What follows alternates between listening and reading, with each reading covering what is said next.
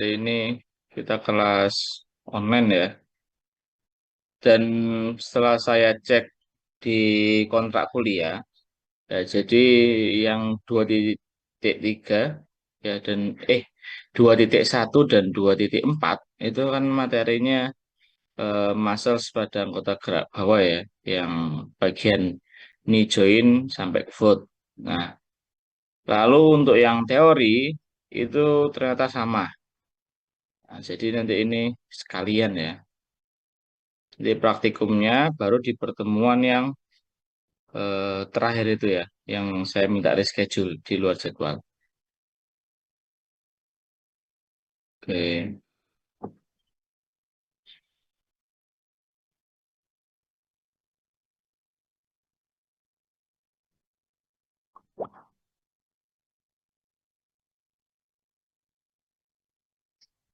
oke, udah terlihat materinya. Udah, Pak. Udah, Pak.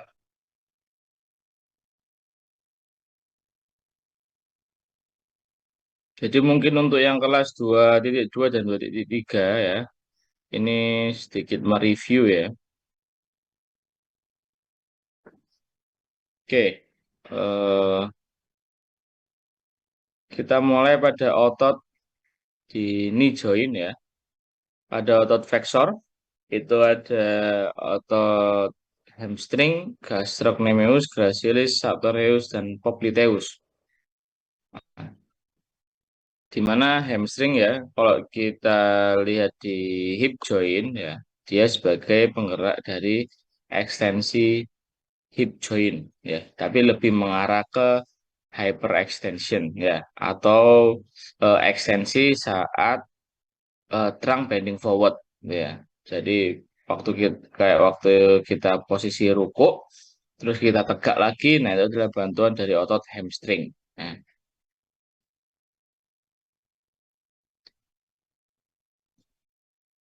lalu gastrocnemius dia juga sebagai otot penggerak utama ya pada gerakan plantar flexor pada ankle joint, tapi dia juga sebagai strong flexor pada knee ya, di mana gerakannya itu ketika close kinetic chain. Jadi artinya foot ya, atau bagian distalnya fix ya, yang bagian proksimal yang mobile. Nah, kalau yang open kinetic chain itu yang proksimal fix, distal yang mobile.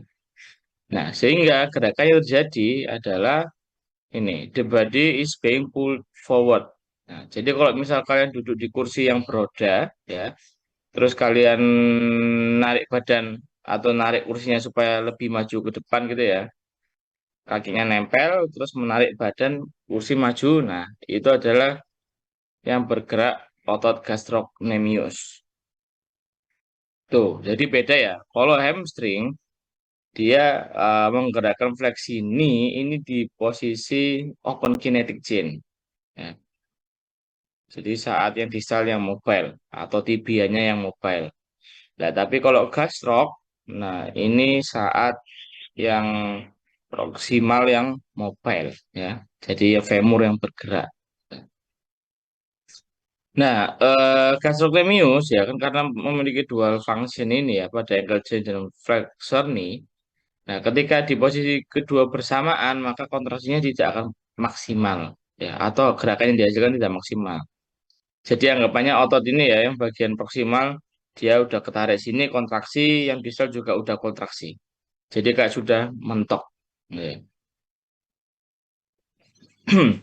Lalu gracilis, ya, gracilis kalau kalian perhatikan, nah, kalau kalian perhatikan di sini ya, di sisi medial, ya, jadi dia the most superficial of adductor group.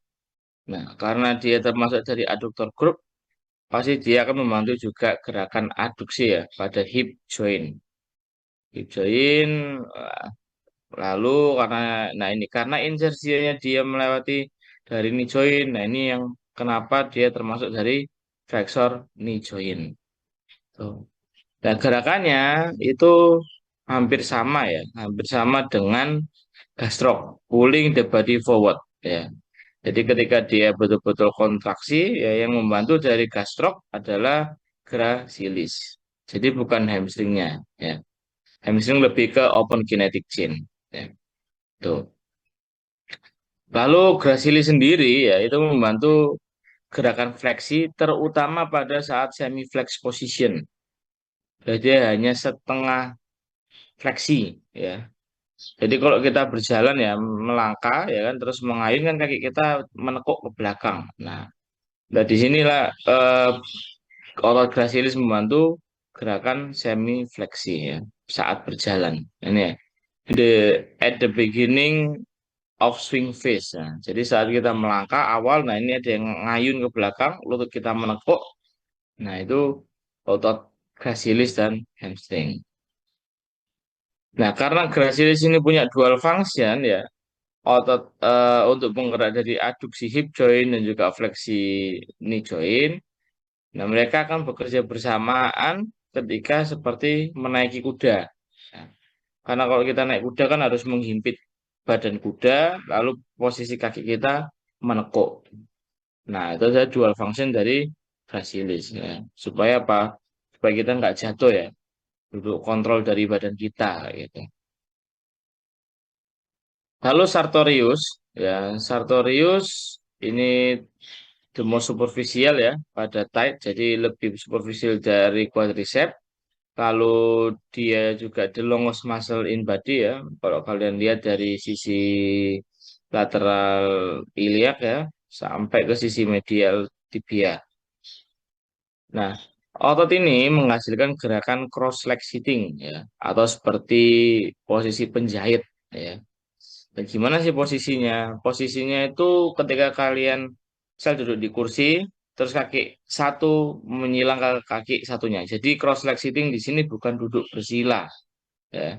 Itu yang harus kalian ingat. Tapi duduk kalau kalian lagi nongkrong itu loh, ya. Jadi kaki satu di kaki tumit yang kanan, ya, di atas lutut yang kiri. Nah itu adalah gerakan dari otot sartorius. Nah, dari gerakan tersebut itu menghasilkan beberapa gerakan pada hip dan knee joint ya. Nah, gerakannya apa? Ini yang harus kalian hafal ya. Fleksi hip and knee, lateral rotation and abduction of hip joint ya.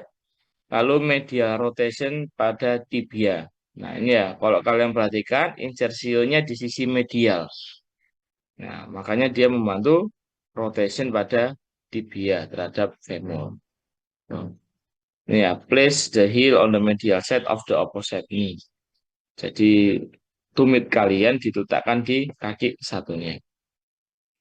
Adapun gerakan yang lainnya, contohnya adalah ketika kalian berenang gaya dada ya atau gaya katak. Nah, kakinya kan melebar, melebar terus menutup rapat itu, ya. Nah, gerakan ketika kakinya melebar ke samping, nah itu adalah gerakan dari otot sartorius. Lalu ekstensi knee joint ya, quadriceps femoris dan tensor fascia lata. Nah, quadricep ya kuat, berarti ada empat otot, rectus femoris, vastus lateral, medial, dan intermedius. Oke, vastus lateral, vastus medial, vastus medius, quadricep, rectus femoris. Nah, artinya otot ini memiliki perannya masing-masing ya. Meskipun mereka satu grup otot, ketika berkontraksi itu tidak sepenuhnya bersamaan. Jadi apa otot dari quadricep ini memiliki kerja yang berbeda pada sudut yang berbeda. Mereka kan bekerja secara maksimal ketika di full extension dari quadricep. Tapi kan kalau misal belum full extension maka tidak akan bekerja secara bersamaan. Ya, terutama pada otot vastus medialis. Ya. Vastus medialis dia berkontraksi pada 20 derajat terakhir. Ya, jadi benar-benar sebelum extension itu akan berkontraksi. Jadi kalau kalian sekarang lagi posisi duduk gitu ya, coba kalian ekstensikan dan coba pegang di sisi medial dari quadricep. Nah, itu letak vastus medialis. Nah, itu akan terasa ketika kalian ekstensi ini, kontraksi dari vasus medialis itu akan muncul. Tuh. Nah, ini ya. Each muscles ya appears to have particular role ya in extension knee. Nah, often comes in at different range of the movement. Jadi tergantung sudutnya. Tapi yang paling terakhir adalah apa? Vastus medialis. Tuh. Nah, ini ya, more obviously active in the final state of extension.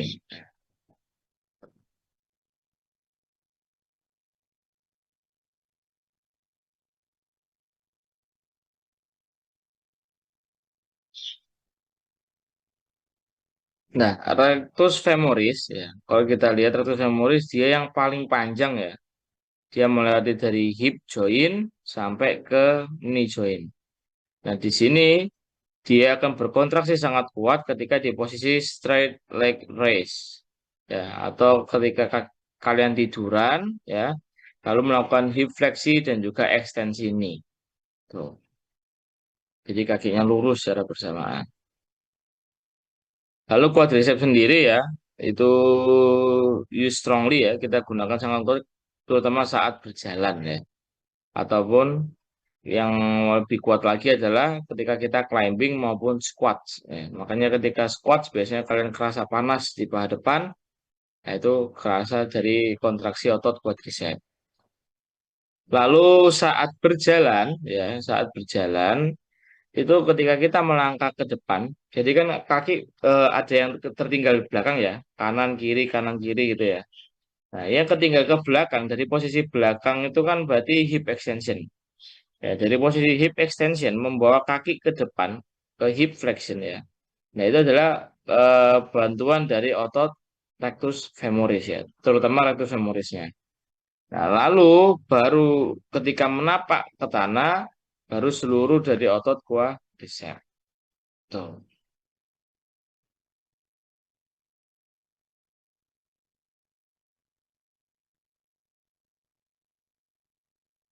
Lalu quadriceps sendiri ya, ketika kita berdiri dengan dua kaki, itu kerjanya tidak terlalu besar gitu ya, karena sudah terkunci dari posisi knee joint. Nah, tapi dia akan berkontraksi secara kuat ketika one leg stance. Nah, jadi quadriceps akan lebih kuat berkontraksi ketika dia berdiri sendiri gitu ya, tidak kanan kiri.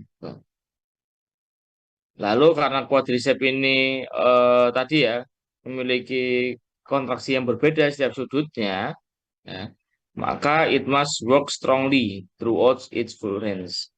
Artinya ketika nanti kalian memiliki klien ya, atau untuk kalian sendiri lah ya, untuk melatih dari quadriceps harus full ROM.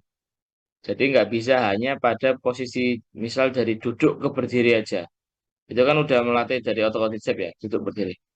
Tapi kalau bisa dari mulai jongkok ya, jongkok sampai berdiri. Tuh. Supaya apa? Hasil yang dilatih ya dari otot quadriceps itu lebih maksimal. Lalu ketika quadriceps ini cedera ya, if there is an injury, it may take months to regain power, but only days to lose it. Jadi cederanya mungkin terjadi 1 2 hari ya, tapi untuk mengembalikannya itu butuh waktu. Ya, butuh waktunya ya karena ini tadi ya, must work strongly throughout its full range. Jadi betul-betul dilatihnya itu harus full ROM. Nggak bisa hanya mulai dari fleksi 90 derajat terus langsung ke ekstensi ini. Itu yang bikin kurang maksimal ya. Lalu tensor fascia lata, ya tensor fascia lata kalau kalian perhatikan di sini, ya di sisi lateral hip, ya lateral femur, dia muscle belly-nya ya sedikit, ya lalu dia berupa jaringan tendon gini ya, menyatu dengan iliotibial tract. Karena memang di sisi lateral ya, dia membantu gerakan dari abduksi dan medial rotasi bersama dengan gluteus minimus ya. Dan ini juga ada bantuan fleksi ya, karena melatih dari hip joint. Tuh. Nah, tensor fascia lata itu lebih sering membantu gerakan ekstensi knee joint. Jadi bukan yang utama ya. Dia hanya membantu supaya apa gerakannya akan lebih kuat lagi. Lalu contoh lainnya adalah saat berjalan ya, dia akan berkontraksi ya membantu gerakan dari medial rotasi hip di posisi extension ya. Karena pada posisi extension dia akan tertarik, memanjang ya. Nah, ini pada posisi to off. Jadi ketika jari-jari terakhir kita sebelum meninggalkan tanah. Tuh. Nah, lalu quadriceps ini ya, ketika terjadi cedera atau kelemahan, maka tensor fasciolata yang menghasilkan ekstensi ini lebih kuat ya. Jadi yang men-take over ya, men-take over dari kelemahan otot quadriceps. Nah, ini yang membuat apa ya? Pada atlet-atlet dadakan gitu ya, yang mungkin tiba-tiba running, tiba-tiba cycling gitu ya. Terus di sisi lateralnya dia sakit ya, lateral lutut itu. Atau biasa disebut dengan ITB syndrome. Nah itu tadi. Jadi karena otot quadricepsnya belum mampu ya atau nggak terlalu kuat, akhirnya di take over sama tensor fascial lata. Nah, ketika di take over terlalu kuat dan terlalu lama, sama-sama lelahnya, nah, akhirnya injury. Lalu rotasi pada tibia ya, dapat pada knee joint ya, rotasi pada knee joint, terutama rotasi tibianya terhadap knee jointnya. Untuk lateral rotasi itu hanya bicep femoris ya. Jadi memang bicep femoris kan insersionya ya, insersionya dia ke lateral ya. Beda dengan semitendinosus dan semimembranosus yang insersionya di sisi medial. Lalu ada gracilis, sartorius, dan popliteus untuk medial rotasi. Nah, popliteus ya. Popliteus kalau kita lihat di sini dari sisi lateral distal femur ke sisi medial posterior tibia. Nah, nah, di sini popliteus tadi kan dia sebagai gerakan medial rotasi dari tibia ya. Ya, tapi itu ketika di OKJ ini. Jadi menarik ya ketika di open kinetic dia medial rotation. Tapi dia juga membantu lateral rotasi femur terhadap tibia. Jadi medial rotasinya itu terhadap tibia ya, tibia terhadap femur ya. Tapi kalau lateral rotasi femur terhadap tibia. Jadi jangan kebalik ya. Nah, artinya apa? Popliteus ini membantu lock and unlocking ya, locking unlocking. Tuh. Jadi kan lutut itu kan ketika kita full extension ya kan, itu kan terjadi locking gitu ya. Nah, supaya unlock, nah, maka ada yang digeser juga untuk harus ada perputaran. Nah, yang membantu yang paling kerjanya meskipun ototnya kecil ya, kerjanya cukup berat untuk merotasi itu adalah otot popliteus. Meskipun tadi otot-otot yang lain ya, ya di sekitar-sekitar sini, sisi posterior, lateral, medial ataupun anterior medialnya, ya itu juga membantu, ya, membantu dari gerakan rotasi pada lutut. Jadi kalau kalian bayangkan aja, kenapa knee joint ya itu disebut the most complex joints. Karena pergerakannya betul-betul dipengaruhi oleh otot-otot sekitarnya. Lalu Popliteus ini sendiri ya itu membantu strong flexion knee ya, terutama saat membawa tibia bergerak ke belakang ya. Jadi ketika ini open kinetic chain ya, the foot is off the ground berarti adanya yang distal tidak fix ya, maka dia membantu menarik dari tibia. Nah, yang saya sebelumnya sampaikan ya, kalau pada gerakan knee joint itu tidak hanya rotasi ya, tapi juga terjadi gerakan translasi.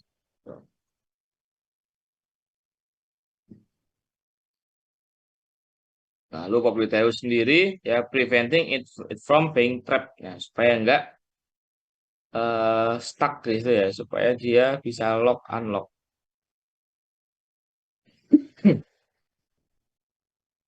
Lalu plantar fleksi pada ankle joint ada gastroc, soleus, dan plantaris.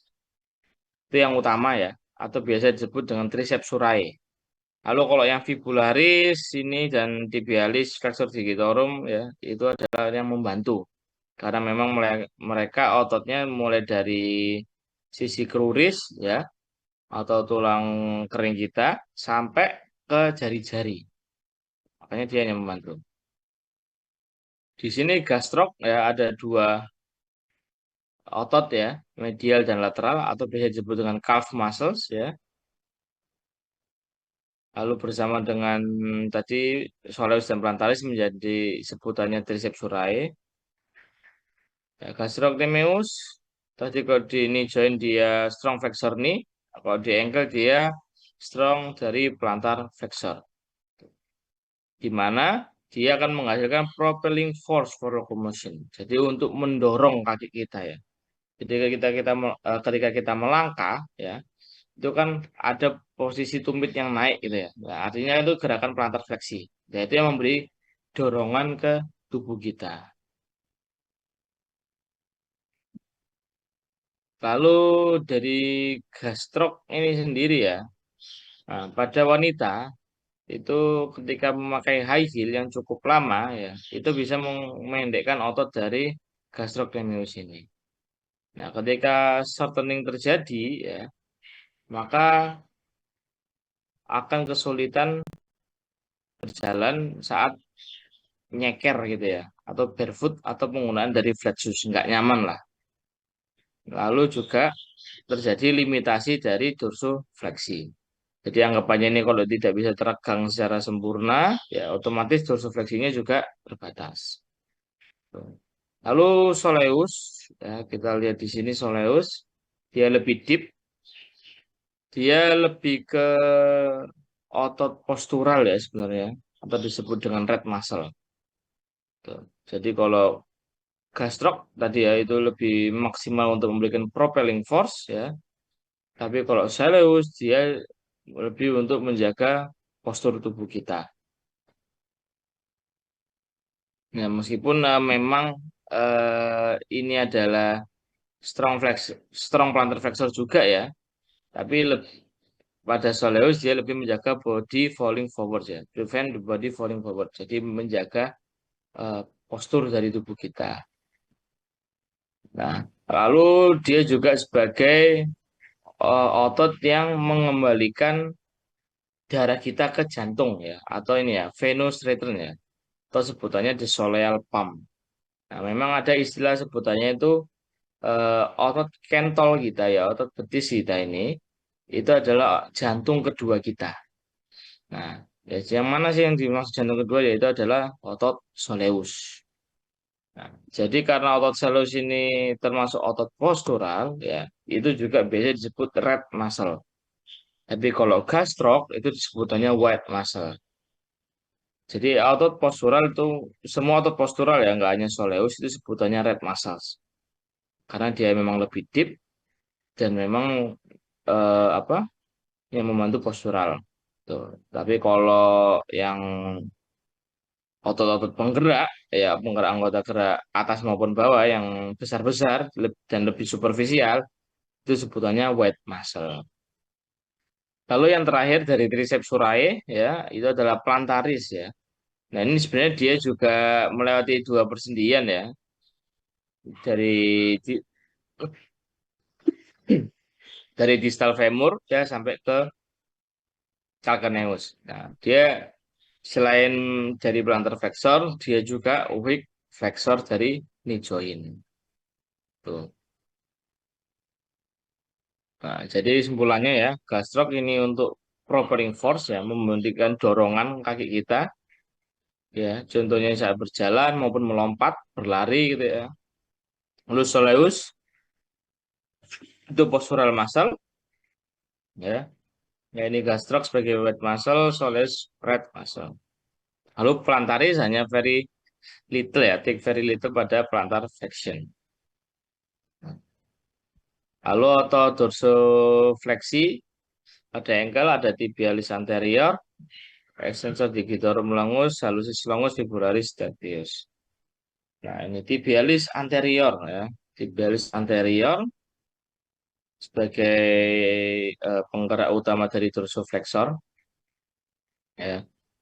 Lalu dia juga sebagai balancing the body ya on the foot. Jadi terutama saat kita berjalan pada permukaan yang nggak rata ya. Jadi kalau mungkin kalian pernah hiking atau ke air terjun gitu ya, terutama saat menuruni turunan ya, itu tibialis anterior bekerja cukup kuat ya. Jadi mungkin kalau kalian pernah mengalami kelelahan ya pada otot kering ya bagian anterior, nah itu berarti tibialis anteriornya yang lelah. Gitu. Nah, ketika ada cedera, ya, tibialis anterior ini mengalami yang namanya foot drop ya atau drop foot gitu. Jadi kayak orang stroke gitu ya, kakinya kayak letoy gitu, menggantung ke bawah. Lalu inversi pada foot, jadi tibialis posterior ya, dan anterior. Jadi memang tibialis anterior itu sebenarnya insersionya itu ya dari sisi anterior dia menyilang ke sisi medial. Ya. Nah, kalau tibialis posterior dari sisi posterior menyilang ke sisi medial. Jadi sampai ke daerah tarsometatarsal. Tuh. Nah, di mana ke dari tendon-tendonnya itu ya karena menempel di tarso metatarsal maka akan membantu dari pembentukan arkus foot kalian.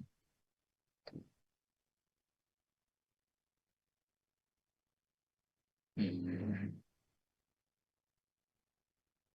Nah ini ya, its many tendons expansion help to maintain all the various arcs of the foot. Jadi nanti nah kalau kita lihat di sini ya, kalian mungkin bisa perbesar sendiri ya. Nah, ini ada beberapa otot ya yang menyilang sampai ke tarso metatarsal ya. Ini tarsal dan ini metatarsalnya. Nah, ini adalah tibialis anterior ya sampai ke first metatarsal. Lalu di sini ada tibialis posterior ya kan di tarsalnya sini.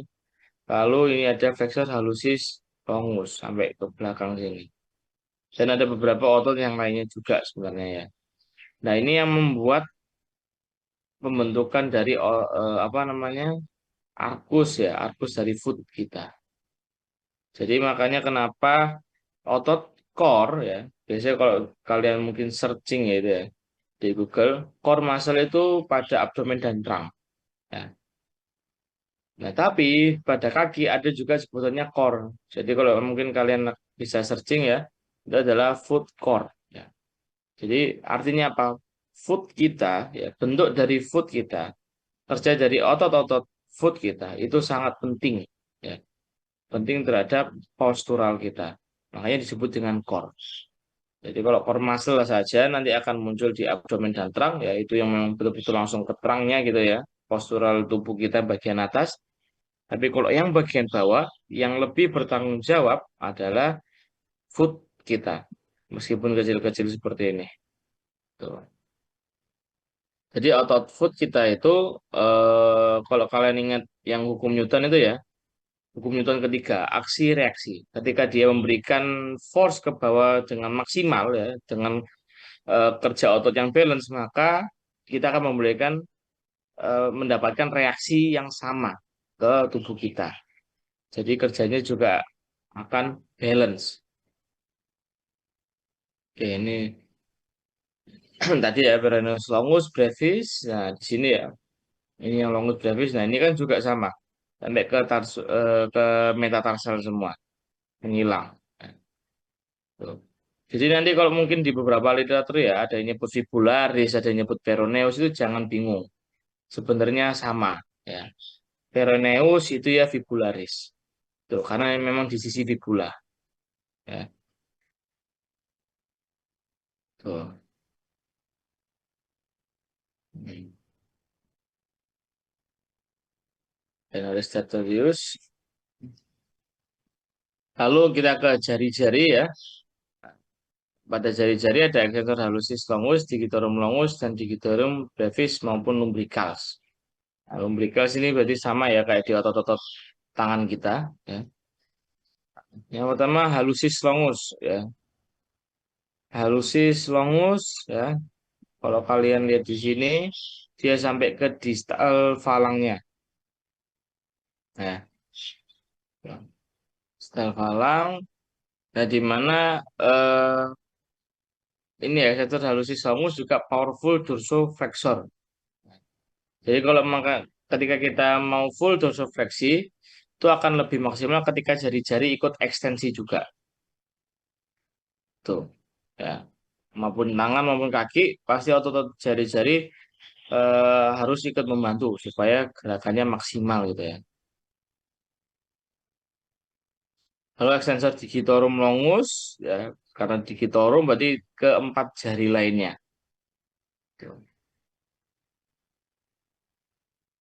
Lalu digitorum brevis berarti dia yang lebih pendek ya. Dia banyak pada origoinsersionya pelekatannya dia hanya pada daerah pedisnya ya atau footnya ini. Tuh.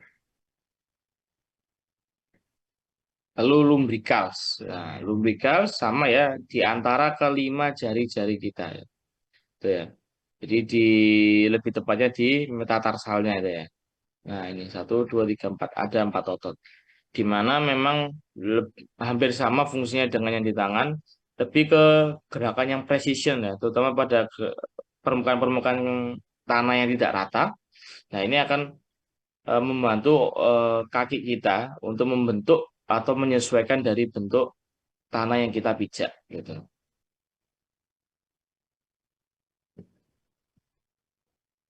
Lalu fleksi dari jari-jari ya ada digitorum longus, digitorum brevis, hallucis longus, hallucis brevis, digiti minimi, terosai dan lumbricals. Flexor digitorum longus ya. Hmm. Flexor digitorum longus ya. Kalau kita lihat dia dari sisi posterior ya, terus menyilang ke sisi plantar ya, plantar terus menyilang sini. Nah, otomatis dia juga membantu dari arkusnya ya. Tuh, kalau digitorum longus ya, namanya digitorum berarti ke jari empat ya, empat lainnya. Meskipun nanti flexor digiti minimi ini punya sendiri. Lalu ada flexor accessorius ya, ini yang di belakang ada dua fibers ya, di sisi lateral dan medial calcaneus menyilang kayak gitu. Nah, ini ya keep giving support ya, and trust during propulsive pace ya. Jadi ketika mau kan saat dorsifleksi ya push off itu heel off itu kalau ada tuh off nah itu dia membantu membantu gerakan dari dorongan kaki kita. Lalu flexor digitorum brevis dia lebih profundus ya lebih deep. Lalu attachmentnya sendiri attachmentnya dia hanya di foot ya tidak dari sisi proksimal dari ankle. Lalu hallucis longus ya hallucis longus dia mulai dari sisi fibula ya posterior fibula lalu menyilang.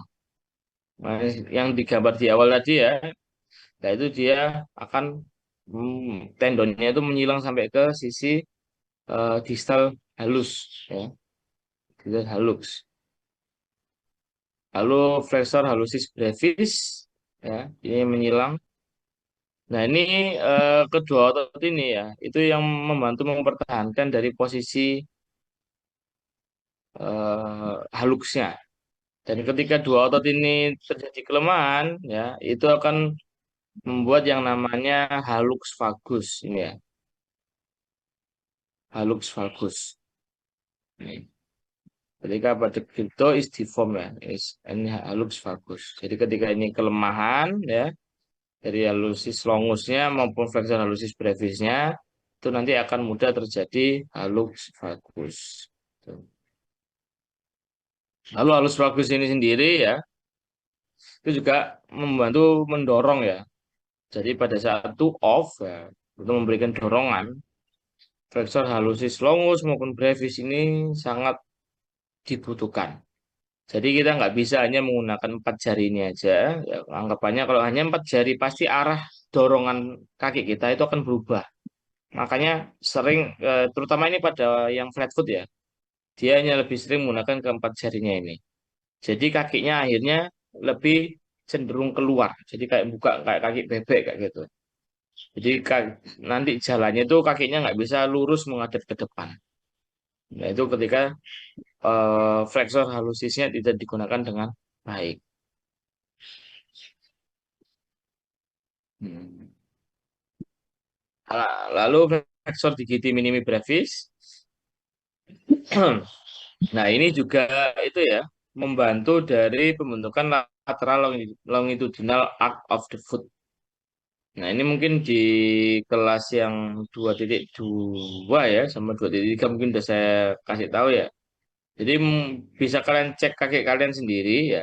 Di sisi metatarsal 5 ini ya, eh, tepat di belakang kelingking, itu kalau misal kaki kalian menggembung gitu ya, nah artinya flexor digiti minimi brevis kalian itu tidak aktif ya. Atau biasanya jari kelingking kalian itu sudah melengkung ya. Maka coba kalau waktu kalian tekan kelingkingnya, nah, sisi lateral dari metatarsal ini ya itu akan aktif. Jadi dia akan lebih merata lah di sisi lateral kalian. Yang awalnya gembung, tiba-tiba dia lebih aktif, narik gini. Ketika kalian paksa untuk fleksi, fleksi dari digitimin ini. Tuh. Jadi memang otot-otot yang di foot ini betul-betul penting dalam pembentukan arkus kaki kita. Tuh, ya. Oke, ada pertanyaan.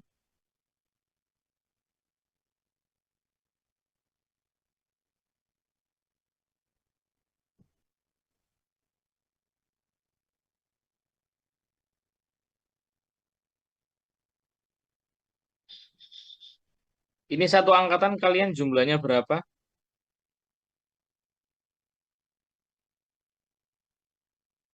120, Pak. Penuh 120. Apa nggak sampai 120? Kurang sih, Pak. Ini cuma 106. Ini 105 kan kalau tanpa Iya, saya. 106.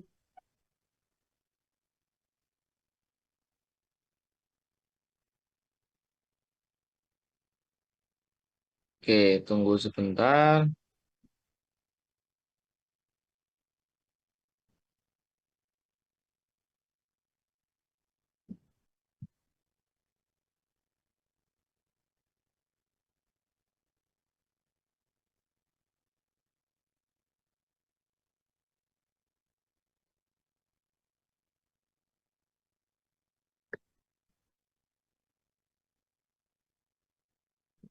Hmm.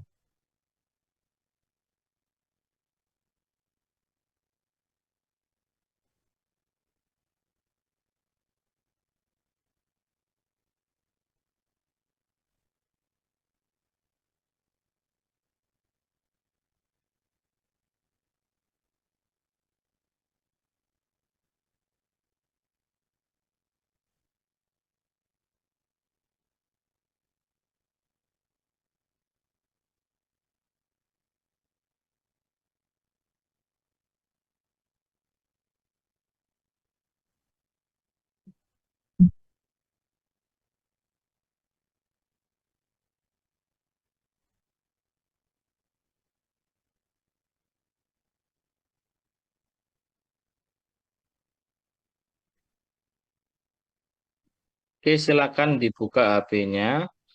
Silakan absen. Saya tunggu 1 menit.